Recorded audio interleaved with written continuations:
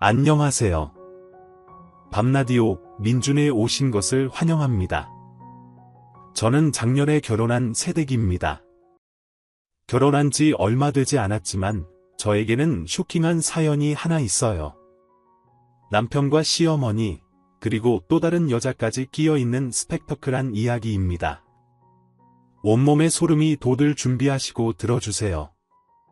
그럼 지금 바로 시작해 보겠습니다. 제가 남편을 처음 소개받은 건 재작년 초였어요. 그와 저는 처음 만난 날 서로에게 호감을 느끼고 2주 동안 썸을 타다가 연애를 시작했어요.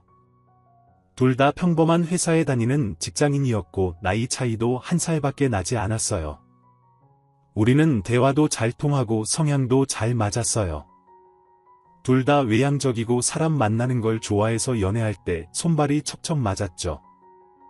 그래서 1년 반 만에 결혼을 결심했어요.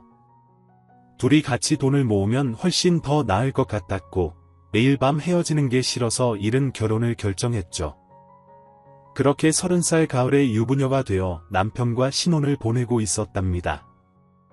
제 남편은 애처가에 성실하고 인성도 좋았는데 결혼 후 한 가지 단점이 보였어요.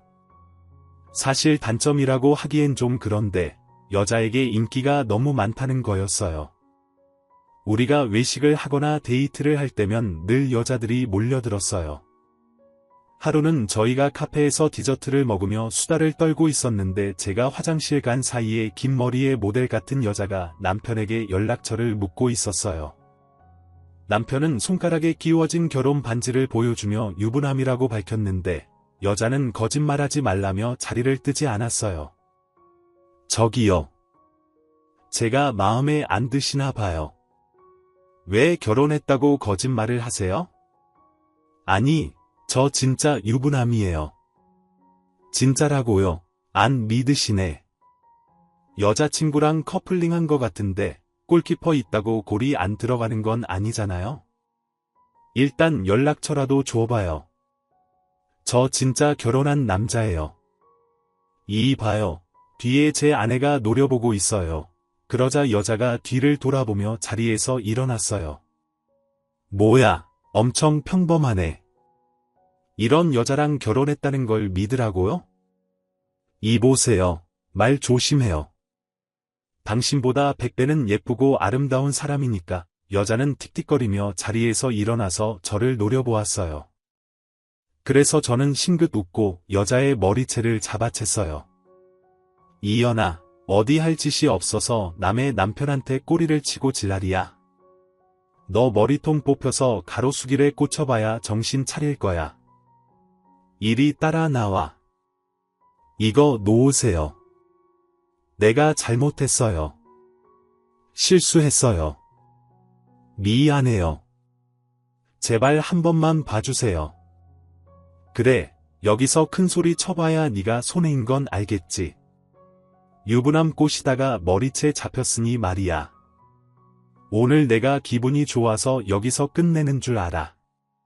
야, 내 남편 얼굴 보고 내 얼굴 다시 봐봐. 잘 외워둬. 나중에 길에서 만나면 눈내리 깔고 지나가라. 안 그랬다간 머리털을 죄다 밀어서 내 때타올로 쓸 테니까 알겠니? 네네, 죄송합니다. 앞으로 눈에 띄지 않도록 주의할게요. 그럼 안녕히 계세요. 남편에게 꼬리치던 여우녀는 저의 강한 한방을 맞고 주랭랑을 쳤답니다. 저는 남편에게 왜 이런 일이 벌어지게 매력을 흘리고 다니냐고 혼을 냈어요. 당신, 내가 여자들한테 여지 같은 거 주지 말랬지? 여보, 나 아무 짓도 안 했어. 그냥 커피 마시고 있었다고. 당신이 커피 마시는 게 CF 뺨치니까 기집년이 들이대는 거 아니야. 앞으로 커피 마실 때 커피잔을 손 말고 발로 잡아서 마셔. 여보, 그게 말이야 막걸리야. 발로 어떻게 커피를 마셔? 아 진짜, 난 아무 짓도 안 했는데 왜 여자들은 날 가만히 내버려 두지 못하는 거지? 진짜 피곤해 죽겠다고. 그 이가 그렇게 말하는 건 잘난 척하는 게 아니라 현실이 그래서 푸념하는 거였어요. 모델처럼 훤칠한 키에 조만만한 얼굴, 조각 같은 이목구비까지 하도 잘생기고 잘나서 추파 날리는 여자가 한둘이 아니었죠. 연애 때는 남편이 자랑스러워서 인기 많은 게 좋았는데 결혼하고 나니 이런 일이 생기면 부글부글 화가 올라왔습니다.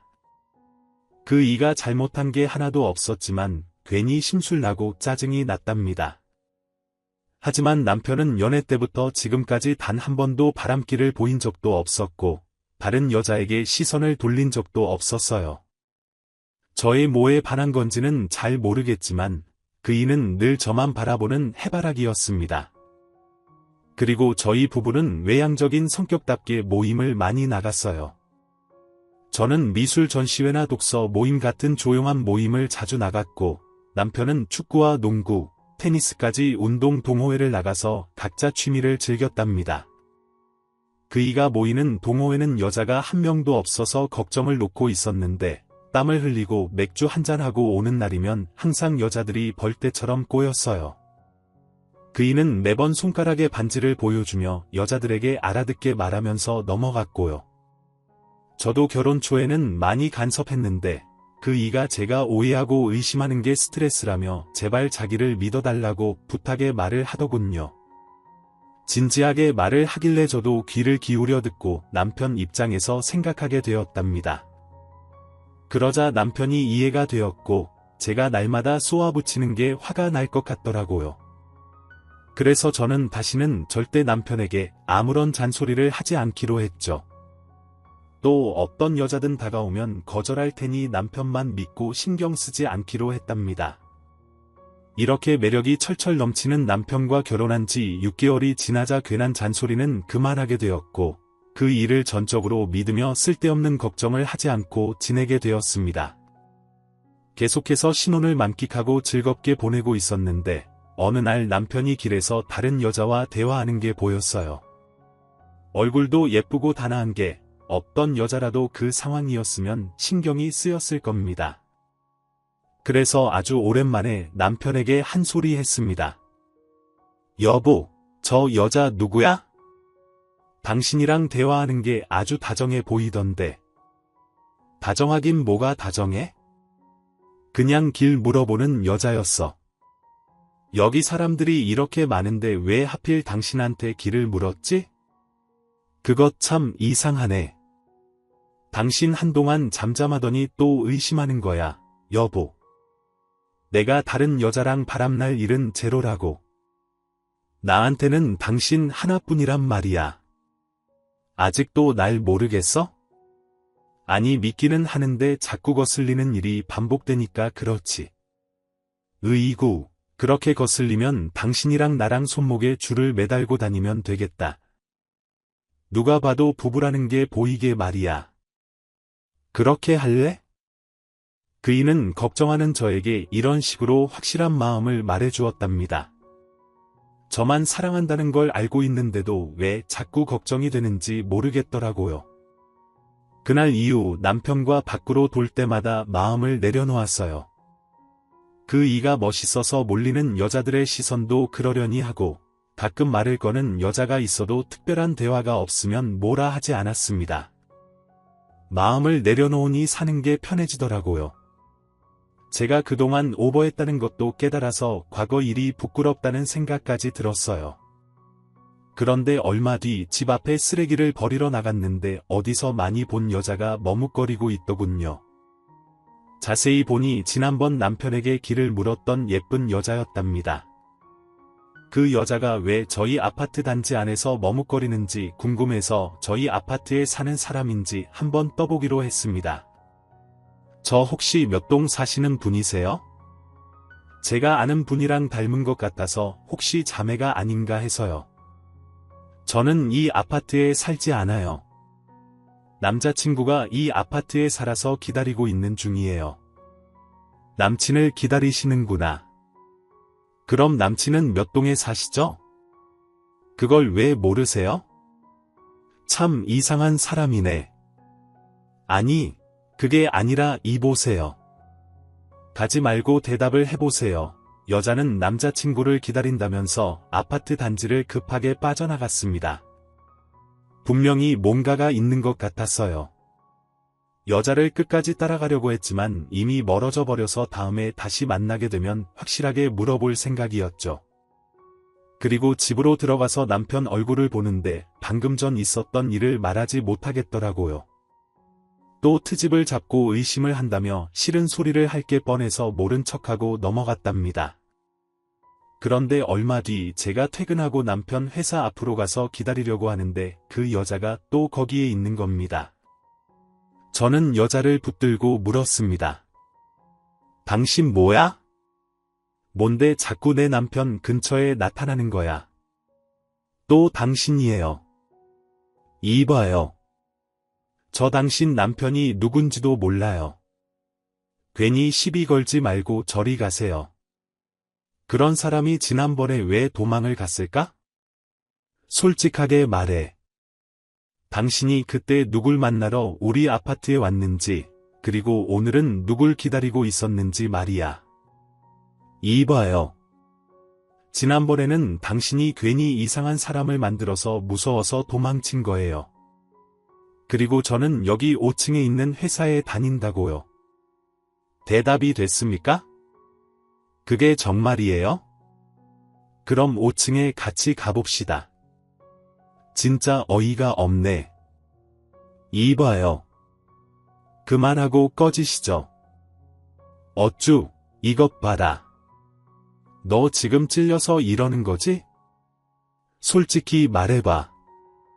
내 남편이랑 무슨 사이야? 제가 여자를 붙잡고 남편이 나오면 삼자 대면을 할 생각이었는데 회사 건물에서 나온 한 여자가 제가 의심하는 여자를 보고 인사하더군요.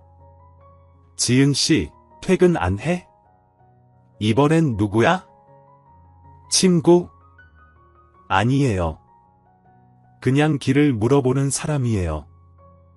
과장님, 내일 봬요. 그 여자는 진짜로 그 건물에 있는 회사에 다니고 있었습니다. 저는 바로 그녀 어깨에 올린 손을 내리며 말했어요. 진짜네요. 여기가 사무실이군요. 그럼 진작 말씀을 하시지. 제가 실수했네요. 실컷 말했잖아요. 이봐요, 아줌마. 당신 남편이 누군지 모르겠는데 난 유부남이랑 바람 피우는 미친 여자 아니고요. 결혼할 남자친구도 있다고요. 아시겠어요? 이거 죄송하게 됐습니다. 자꾸 우연히 마주쳐서 저도 모르게 그만 의심을 했네요. 됐어요. 앞으로 길 가다가 저 만나면 그냥 좀 모른 척하고 지나가세요. 시비 걸지 말고. 그 여자는 버럭 화를 내더니 버스 정류장을 향해 걸어가더군요. 저는 한숨을 내쉬며 크게 후회했습니다. 지금 제가 하는 짓이 의부중이라는 걸 깨달아서 온몸에 소름이 돋더라고요. 이윽고 남편이 회사 건물에서 나왔는데 하얗게 질린 제 얼굴을 보고 물었습니다. 여보, 무슨 일 있어? 왜 이렇게 멍을 때리고 있는 거야? 회사에서 안 좋은 일이라도 있었던 거야? 아니야, 아무 일도 없어. 그냥 딴 생각 좀 하느라 정신이 팔려 있었네. 우리 얼른 집에 가자. 내가 맛있는 저녁 해줄게. 그 순간 쥐구멍이라도 있다면 바로 기어 들어가고 싶은 심정이었습니다. 그런데 이후에도 제가 의심했던 여자는 자주 눈에 띄었답니다. 그럴 때마다 저도 모르게 흥분이 돼서 시비를 걸고 싶었어요. 그러던 어느 새벽이었습니다. 자다가 갈증이 나서 주방에 물을 마시러 걸어가는데 거실에 그 여자가 가만히 서서 저를 뚫어져라 보고 있는 겁니다. 저는 소스라치게 놀랐답니다. 당신이 여길 어떻게? 이봐요, 지금 여기서 뭐 하는 거예요? 내 애인 찾으러 왔어. 저기 안방에서 곤히 자는 내 애인 말이야. 너 지금 현우 오빠랑 같이 산다고 안심하고 있지? 그런데 오래가지 못할 거야. 내가 곧 빼앗아 갈 거니까. 저는 너무 놀라고 무서워서 그 자리에서 기절하고 말았습니다. 그리고 다시 눈을 떴을 땐 남편이 제 뺨을 톡톡 두드리고 깨우고 있었답니다. 여보, 정신이 들어?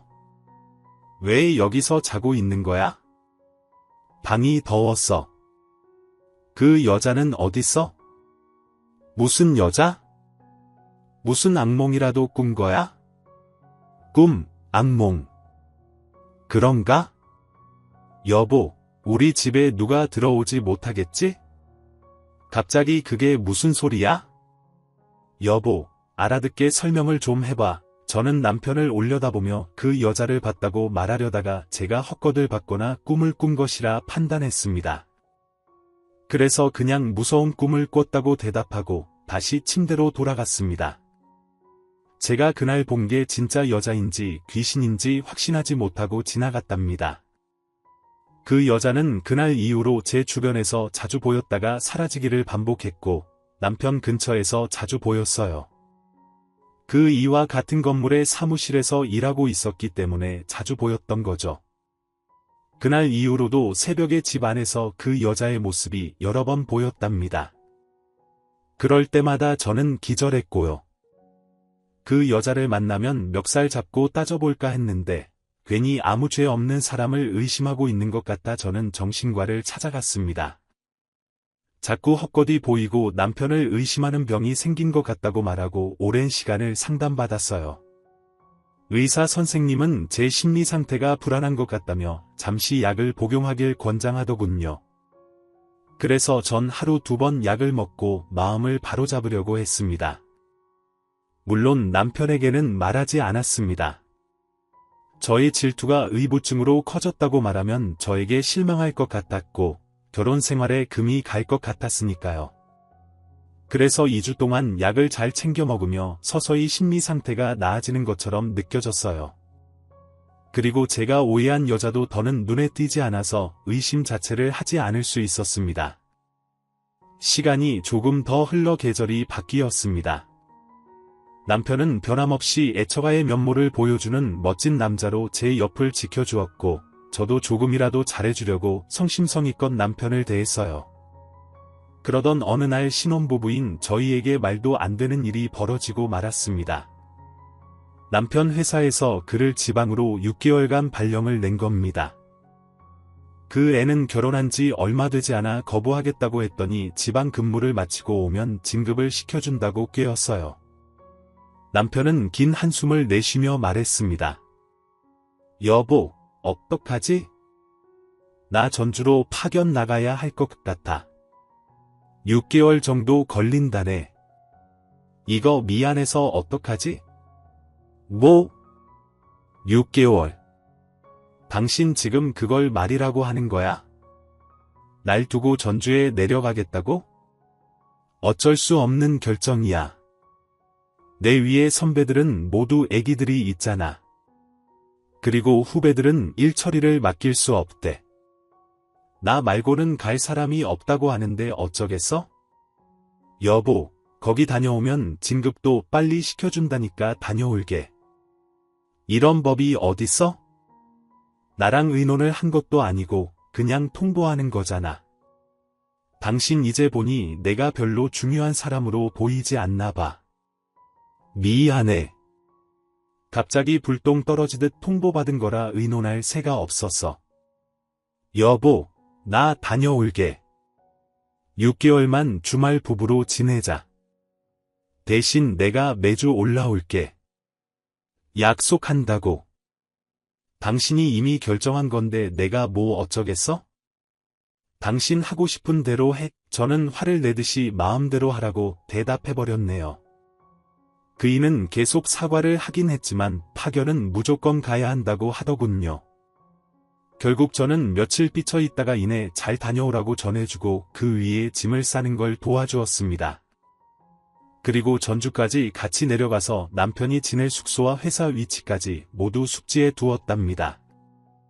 그리고 혼자 서울로 올라와 혼자만의 생활이 시작되었죠. 매일같이 출퇴근하던 남편이 옆에 없어지니까 옆구리가 허전하다 못해 시리고 쓰라리기까지 하더라고요. 이럴 줄 알았으면 남편에게 더 잘해줄 걸 하는 후회까지 들었답니다. 일주일 동안 혼자 지내는 게 불편하고 재미도 없고 그랬는데 막상 시간이 지나니 적응이 되더라고요. 집에서 무거운 수행을 하며 지내는 거나 멍 때리며 천장을 보다가 잠드는 것도 익숙했어요. 남편은 저와 약속한 대로 주말마다 서울에 와서 하룻밤 자고 내려가긴 했는데 한 달 정도 시간이 지나자 그이가 힘들어하는 것 같아서 보름이나 한 달에 한 번씩만 올라오라고 해줬네요. 일도 많아서 잠이 줄었다고 했는데 저 때문에 왔다 갔다 고생하는 걸 보니 많이 안쓰럽더라고요. 그런데 혼자 지내면서 정신과 약을 잘 챙겨 먹었는데도 또다시 그 여자를 집 안에서 몇 번이나 보였답니다. 모두 허상이었죠. 매일 식은땀을 흘리며 깨어났는데 누구에게도 말하지 못해 답답해 미칠 것 같았어요. 그래서 병원에 가서 약을 좀 더 세게 지어서 복용했는데 그때부터는 잠도 잘 자게 되었고 허상도 보이지 않았답니다. 역시나 제 정신에 문제가 있어서 이런 일이 생긴 거였더라고요. 얼마 뒤 독서 모임을 오랜만에 나갔습니다.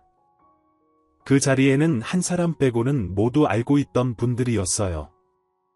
저는 모르는 분과 인사를 나눴습니다. 안녕하세요. 우리가 인연이 깊네요. 제가 실수했던 일은 넓은 아량으로 이해해 주세요. 내 어깨를 잡고 소리를 지르던 그분 맞죠? 세상 좁네요. 그런데 여기 독서 모임 멤버였어요. 이거 참 세상 좁네요. 저는 지난주부터 이 모임에 나왔어요. 그러시구나. 어쨌든 반가워요. 저기 다른 사람들한테는 제가 했던 짓을 비밀로 해줬으면 하는데, 나더러 상관녀라고 소리친 거요. 걱정하지 마세요. 저 이 무거운 여자입니다. 마음 편히 책이나 읽고 가세요. 저는 이게 인연인지 악연인지 그것도 아니면 악몽인지 전혀 모르겠더라고요. 그 여자 덕분에 다시 정신이 초조해지고 어질어질했습니다. 제가 요즘 무슨 생각으로 하루를 보내는지 모를 정도로 망상이 심해졌답니다. 그래서 결국 정신과를 다시 찾아가 다시 진단을 받고 새로운 약을 처방받았어요. 다행히 마음이 한결 가벼워졌고 생각도 많이 하지 않게 되어 맑아지는 기분이었습니다. 그렇게 정신이 맑아지기도 해서 남편을 위해 뭔가를 해보기로 했어요. 한 달에 한두 번 남편과 만나고 있던 와중에 그 일을 위해 서프라이즈를 해주려고 회사에 월차를 내고 전주로 내려갔습니다. 양손 가득 그이가 좋아하는 반찬과 음식을 들고서 말이죠. 남편 숙소 앞에서 노크를 했더니 바로 문이 열리면서 남편이 크게 놀랐습니다. 여보 당신이 여기를 어떻게 뭐야? 그 반응은 좋다는 거야 싫다는 거야? 이거 좀 서운해지려고 안 해. 싫다니 그런 말도 안 되는 소리를 하고 그래 당연히 너무 좋지. 나 지금 감동해서 눈물이 나올 것 같다고 오버하지는 말고 계속 거기 서 있을 거야. 내 손에 들린 짐 안 보여. 미안. 내가 넋을 놓고 당신 미모를 감상하느라 반응 속도가 느려졌네. 여보 뭘 이렇게 많이 싸워서 이게 다 뭐야? 뭐긴 당신이 좋아하는 반찬 좀 만들어서 왔지. 내가 손이 좀 커서 양 조절에 실패했어. 그래도 남기지 말고 싹싹 비워야 해. 당연하지. 여보 정말 감동이야. 고마워. 그이는 바로 반찬통을 열어 맨손으로 제가 만든 반찬들을 냠냠 쩝쩝거리며 먹어주었습니다. 그 모습을 보니 얼마나 뿌듯하던지 너무 늦게 내려와서 미안한 마음까지 들었답니다. 이렇게 좋아해 주는데 왜 이제야 내려왔을까 하며 저라는 사람이 아직 많이 부족하다는 걸 다시금 느꼈어요. 그날 밤 남편과 저는 그동안 같이 보낸 밤 중에 가장 뜨거운 시간을 보냈습니다. 어떤 시간인지는 말하지 않아도 잘 아시겠죠? 쑥스럽지만 저희 최고의 밤이라고 손꼽히는 날이었답니다. 그런데 그 다음 날이 저의 최악의 날이 되어버렸어요. 남편이 출근한 사이에 서울 갈 준비를 천천히 하고 숙소에서 홀로 나왔습니다. 그런데 계단에서 마주치면 안 될 사람을 만나고 말았습니다. 바로 제가 남편의 외도를 의심하게 만들었던 미모의 여자였답니다. 처음에 그래서 제 남편에게 길을 묻는다고 했었고, 그 이에 서울 회사 앞에서 만나 시비를 걸었던 바로 그 여자를 말이죠. 또 얼마 전에는 제가 나가는 독서 모임에 나타나기도 했었죠. 그녀를 마주친 순간 놀란 건 저뿐만 아니라 그 여자도 마찬가지였습니다. 저희 둘 다 얼어붙어 있었는데 제가 먼저 입을 떼어 말했습니다. 당신이 왜 여기에 있어? 진짜 내 남편이랑 바람이라도 피우는 거야? 내 착각이 아니라 진짜였냐고 하이크 디켜버렸네. 현우 오빠는 벌써 출근했나? 조금 더 일찍 올 걸 그랬네. 우리 오빠 오늘은 무슨 넥타이를 메고 갔으려나 내가 사준 걸 하고 갔으면 좋았을 텐데. 뭐가 어째? 이 뻔뻔한 년 아니라고 잡아떼더니 내 남편이랑 바람난 년이 맞았던 거야. 우리 오빠가 아직 말을 안 한 모양이네. 조만간 이혼한다고 했는데 말이야. 우리 여기 숙소에서 같이 살고 있어. 내가 흔적을 남기지 않아서 몰랐으려나 어쨌든 현우 오빠랑 나는 벌써 동거하는 사이야. 저는 그 순간 눈이 뒤집혀 상간녀에게 달려들었습니다. 손톱으로 얼굴을 핥히고 한 손으로 멱살을 잡고 다른 손으로 따귀를 날렸어요. 아주 세게 면상을 연신 날렸습니다. 그러자 상간녀는 실실 웃기만 하고 있더군요. 그 어떤 반항도 하지 않고 맞기만 했답니다. 그 표정을 봤더니 도리어 제가 겁을 먹고 뒤로 물러섰습니다. 상간녀는 저에게 한 걸음 다가와 말하더군요. 다 때렸니? 그럼 이제 현우 오빠 내가 가져도 되는 거지 뭐 넌 지금 이 상황에서 내 남편을 가지겠다는 말밖에 할 말이 없니? 나한테 미안하지도 않아. 미안할 게 뭐가 있어? 넌 그냥 오빠가 선택을 잘못한 여자일 뿐이야. 지금 오빠랑 나는 그 누구보다 뜨겁다고 그러고 보니 너 오빠랑 어젯밤에 침대에서 굴렀겠네.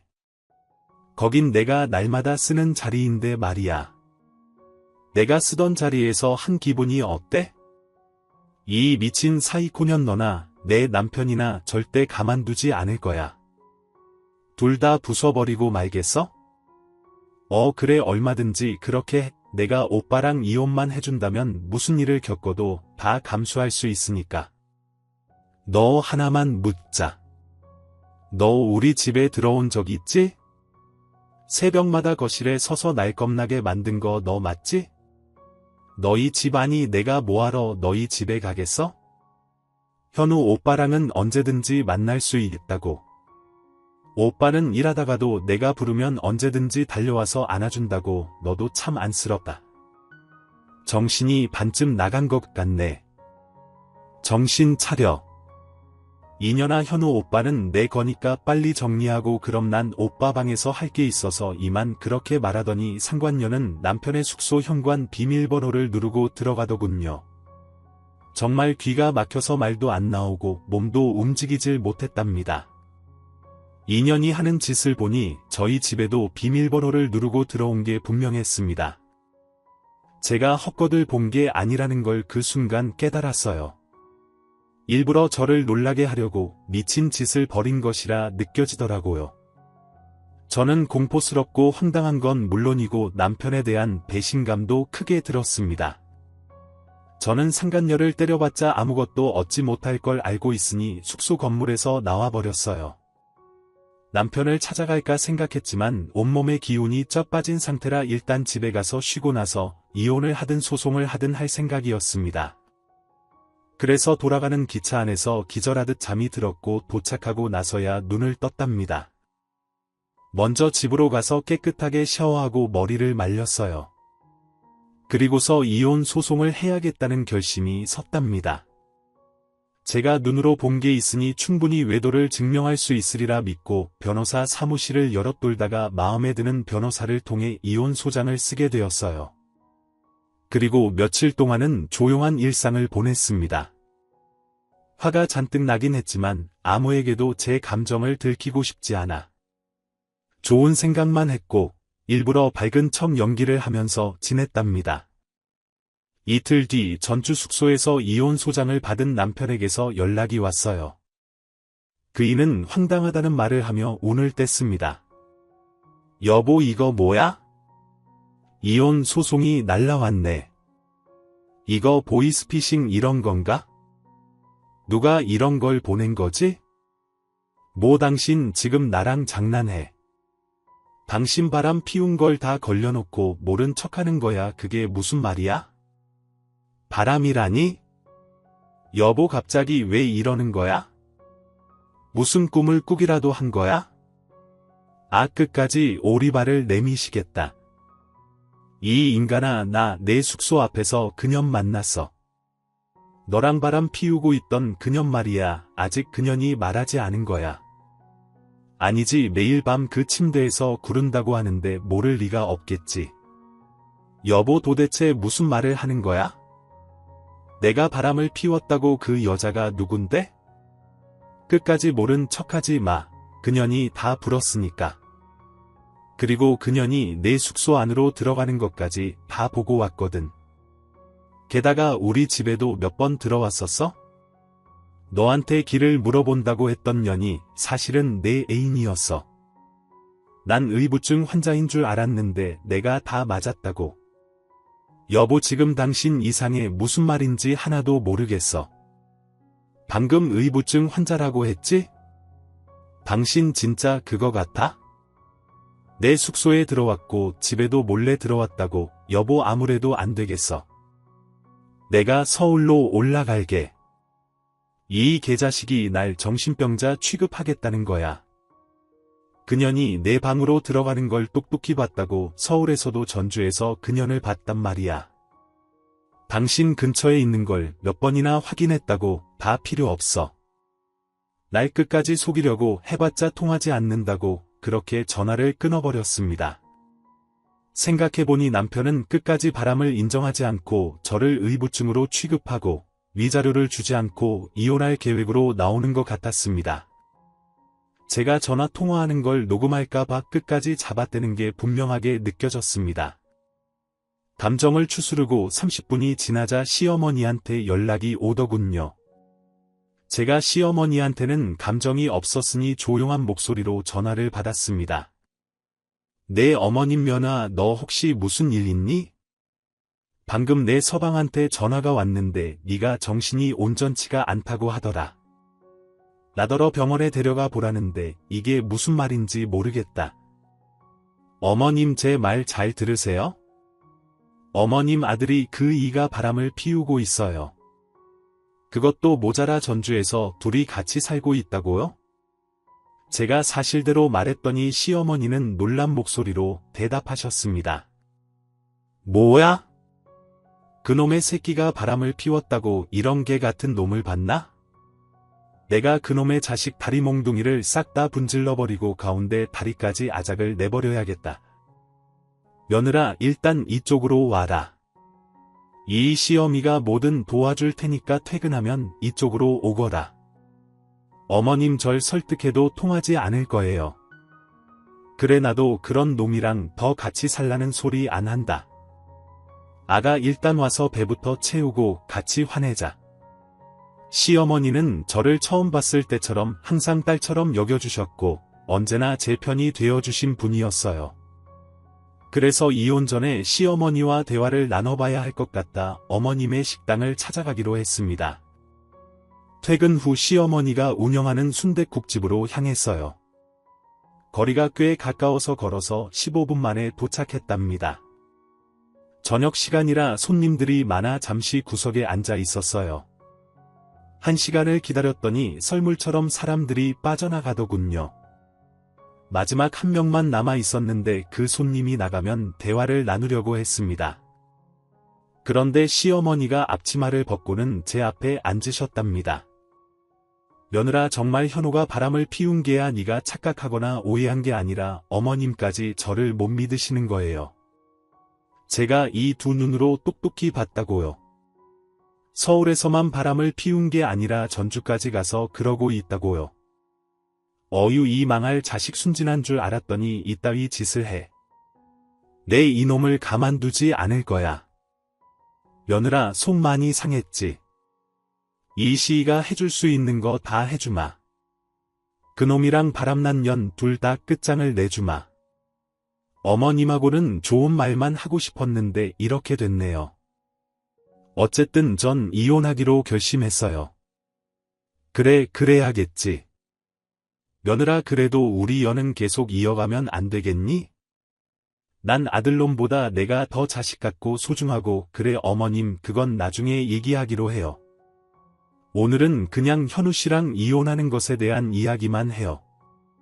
저는 상간녀를 길에서 처음 만났던 날부터 의부증으로 착각하고 정신과에 다녀온 것과 얼마 전 전주에서 그녀를 마주친 것까지 빠짐없이 말씀드렸어요. 그러자 시어머니는 경악하며 절대로 두 년놈을 용서해선 안 되겠다고 맞장구를 쳐주셨습니다. 그런데 저희 두 사람이 대화에 너무 빠져있던 나머지 저쪽 앞에서 등을 쥐고 혼자 밥을 먹던 손님의 말을 듣지 못했답니다. 그래서 손님은 젓가락을 바닥에 집어던지며 쌍욕을 하더군요. 에바 존나 짜증나네. 아줌마 깍두기 더 달라고요. 손님 있으면 손님한테 신경을 써야지 왜 수다를 떨고 지랄이야. 아이고 죄송합니다. 제가 며느리랑 대화를 나누는 바람에 못 들었네요. 깍두기 더 드리겠습니다. 됐거든 더러워서 안 먹고 말지. 자 여기 카드 계산해줘요. 손님이 일어서며 카드를 내밀자 옆모습이 보였습니다. 그런데 그 손님은 저와 악연 중에 악연이었나 봅니다. 바로 남편의 상간녀였어요. 저는 의자를 밀고 일어나 소리쳤습니다. 어머님 전현이에요. 현우 씨가 바람 피우고 있는 여자가 바로 전현이라고요. 상간녀는 뒤를 돌아보며 제 얼굴을 확인했습니다. 그러자 이번에는 정과는 달리 많이 놀라더군요. 그때 시어머니가 상간녀의 얼굴을 쓱 보시더니 바로 머리채를 잡고 흔들기 시작하셨어요. 너였냐? 이년아 싹수가 늘었냐니? 왜 질라를 하나 했더니 니년이 내 아들이랑 바람이 나 너 잘 걸렸다. 내 며느리 눈에 눈물 나게 한 년은 내가 그년의 눈가를 뽑아버릴 셈이라고 그만하세요. 나랑 현우 오빠랑 진심으로 사랑하는 사이라고요. 그리고 난 임신했어요. 오빠 애를 가졌다고요. 그러자 시어머니가 잠시 멈칫하셨습니다. 임신했다고? 아이고야 그럼 내 손주를 가진 아이로구나. 내가 큰 실수를 했네. 아가 많이 아팠니? 라고 할 줄 알았냐? 이 애비 욕먹이는 더러운 년아. 시어머니는 눈 하나 깜짝하지 않고 상간녀를 돼지게 패주고 있었습니다. 상간녀는 거세게 저항하며 머리털을 뽑히면서 시어머니 소나기에서 빠져나왔답니다. 이에 시어머니는 손에 바로 잡힐 거리에 있는 국자를 들고 상간녀 머리통을 쨍쨍 소리를 내며 내려쳤어요. 이년아 쨍하고 했던 오후에 쨍소리 나게 쳐맞는 기분이 어떠냐? 그만해요. 제발 그만하라고요. 내가 새 며느리가 될지도 모르는데 이러면 나중에 후회하지 않겠어요? 후회고 유회고 너 같은 년은 내 며느리가 절대 될 수 없어. 이 똥물에 튀겨 죽이려나? 어머님 제발 그만해요. 저는 상간녀가 시어머니한테 얻어터지는 걸 아주 재미있게 구경하고 있었습니다. 그런데 그때 식당 문을 열고 남편이 들어왔습니다. 그 순간 저와 시어머니 상간녀까지 모두 동작을 멈추었습니다. 남편은 저희 세 사람을 보더니 뭐 하는 거냐고 묻더군요. 여보 여기 와 있었네. 당신이 보낸 이혼 소장 보고 올라왔어. 전화는 왜 안 받는 거야? 집에 없어서 이리 와 봤는데 다행히 있었네. 그런데 엄마는 누구 머리채를 잡고 있는 거야? 엄마 그 여자 누구야? 손님이랑 싸움 났어? 에이 내가 손님이랑 싸우지 말랬잖아. 뭐시 이 새끼가 지금 나랑 장난하냐? 네가 바람난 년을 펴주고 있자녀. 나 저 여자 몰라 처음 본다고. 여보 당신이 말한 여자가 저 여자야. 내 숙소에 비밀번호를 누르고 들어갔다던 그래 맞아. 전현이야. 당신 전현을 처음 봐. 솔직하게 말해라. 모르는 여자라니까 이봐요. 저 아세요? 제 숙소에 마음대로 들어갔다는 사람이 당신이에요. 우리 집에도 몇 번 들어오고 그랬어요. 오빠 왜 이래? 왜 모른 척하고 그러는 거야? 오빠 집이랑 숙소에서 우리의 미래를 벌써 까먹은 거야. 우리 오랫동안 사귀어온 연인 사이잖아. 지금 어머님이랑 당신 아내가 있다고 모른 척하고 있는 거야. 오빠 우리 다 걸렸거든. 그만 자수하고 광명 찾자. 오빠가 이혼하고 나랑 결혼하면 된단 말이야. 이 미친년이 쳐돌았나? 언제 봤다고 오빠라고 씨부리고 있어. 야, 너 뭐야? 사이코 정신병자 스토커 뭐 그런 거야? 이 개 같은 미친년이 남의 가정을 파탄내려고 또라이 짓을 해 안 되겠어. 너 때문에 이혼당할 뻔했으니까 넌 좀 맞아야 돼. 오늘 내 손에 되졌어. 엄마 비켜봐. 내 차례야. 2년 때문에 내 마누라가 이혼 소장을 날렸다고 도대체 뭐하는 인연인지 돼지게 패주고 경찰에 넘겨버릴 거야. 그 머리채 1위 패스 너 그거 정말이야. 너도 모르는 년이었어. 그렇다니까 처음 보는 예전에 인연이 나한테 길바닥에서 길을 물은 적 있었어. 그때 내 마누라가 괜히 오해한 적이 있었지. 저는 머릿속이 하얘졌습니다. 남편이 진짜 모르는 여자가 맞는지 상간녀의 정체가 뭔지 감이 잡히지 않았답니다. 그 이가 시어머니한테 상간녀의 머리채를 넘겨받고 싸대기를 연타로 착착착 달라붙게 시원하게 날리더군요. 그 모습을 보자 남편이 바람 피우고 있다는 게 아니라는 걸 확신할 수 있었습니다. 그이는 누굴 때리는 사람이 아닌데 이렇게 심하게 손찌검을 하는 걸 보니 많이 억울한 모양이더라고요. 그래서 전 오해를 풀게 되어 경찰에 신고했습니다. 그 사이 시어머니는 상간녀의 핸드폰을 빼앗아서 열어보셨어요. 그런데 그년 사진첩에 제 남편 사진만 가득했는데 새벽에 저희 집에 몰래 들어와 찍은 남편의 사진도 있었고 숙소에서 잠들어 있는 사진도 있었습니다. 물론 모두 몰래 찍은 사진들이었습니다. 밖에서 찍은 사진들은 멀리서 찍거나 높은 곳에서 찍은 남편의 모습이 가득했죠. 시어머니는 그 사진들을 보면서 경악하고 남편에게 다시 머리채를 패스받아서 상간녀에게 정신 차리라고 귀싸대기를 흠씬 갈겼습니다. 너 뭐야? 비혼태냐? 남의 집 귀한 아들이자 남의 집 남편을 왜 눈뚝 들이고 사진을 찍고 지랄이여. 네 애미가 너 이러고 다니는 거 아냐? 생긴 건 멀쩡하니 예쁘장하게 생긴 게 왜 추잡하게 이따위 짓을 하냔 말이여. 그만하세요. 내가 현우 오빠 아이를 임신했다고 말했잖아요. 오빠 끝까지 이럴 거야. 나 오빠 아기 가졌다고 오빠가 전현이랑 헤어지고 나한테 오겠다고 약속했잖아. 아, 인연 존나 무섭네. 여보 경찰 불렀어. 나 소름 끼쳐서 오줌 쌀 것 같아. 신고했어. 바로 출동한다고 했으니까 금방 올 거야. 그런데 여보 저 여자가 당신 숙소 현관 비밀번호는 어떻게 알아낸 거지? 거길 자연스럽게 들어가는 걸 보고 내가 바람 피운다는 걸 확신하게 된 거라고 나도 모르겠어. 저 여자는 길바닥에서 길을 알려준 거 말고는 전혀 본 기억이 없단 말이야. 아무래도 경찰들이 알아내 주겠지. 우린 여기서 빠지자. 전현만이 무섭다. 여보 이제 오해 풀었지. 나 이 이혼 소장 찢어버려도 되는 거지. 응, 찢어버려.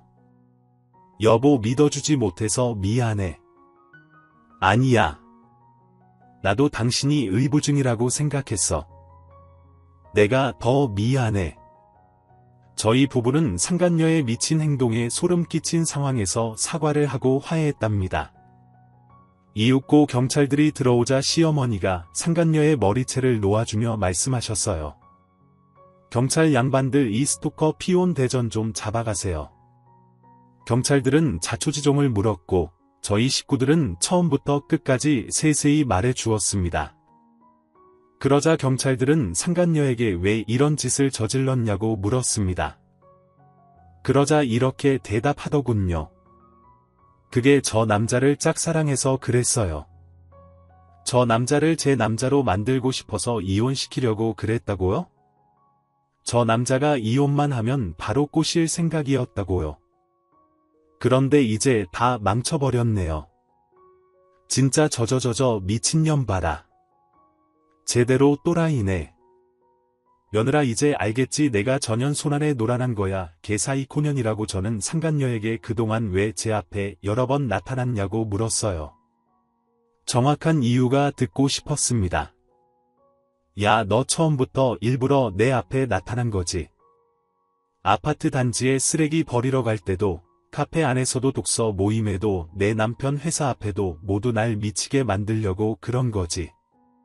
이 멍청한 년 그걸 이제 알았냐? 사람 하나 미치게 만드는 거 일도 아니야. 넌 조금만 더 가지고 놀았으면 아마 정신병원에 입원했을걸. 오늘 내가 잡히는 바람에 물거품이 됐지만 말이야. 내 남편 내 거였는데 너무너무 아깝다. 내가 임신이라고 했을 때 놀란 내 표정은 평생 잊지 못하겠다. 하여튼 넌 좋겠다. 저런 남편이랑 평생 살 테니 말이야. 부러운 년 이런 개또라이 년 진짜 호러 영화가 따로 없네. 아우 소름 끼쳐 상간녀는 그 자리에서 스토킹 처벌법과 남편의 숙소에 무단 침입한 죄로 현장 체포됐습니다. 그리고 경찰이 저희 집과 남편의 숙소 비밀번호를 어떻게 알아냈느냐고 물었더니 상간녀 입에서 경악스러운 말이 나왔습니다. 그건 밀가루를 도하게 뿌려서 지문이 많이 묻은 번호를 조합해서 일일이 다 눌러 알아봤어요. 알아내는데 별로 어렵지 않아요.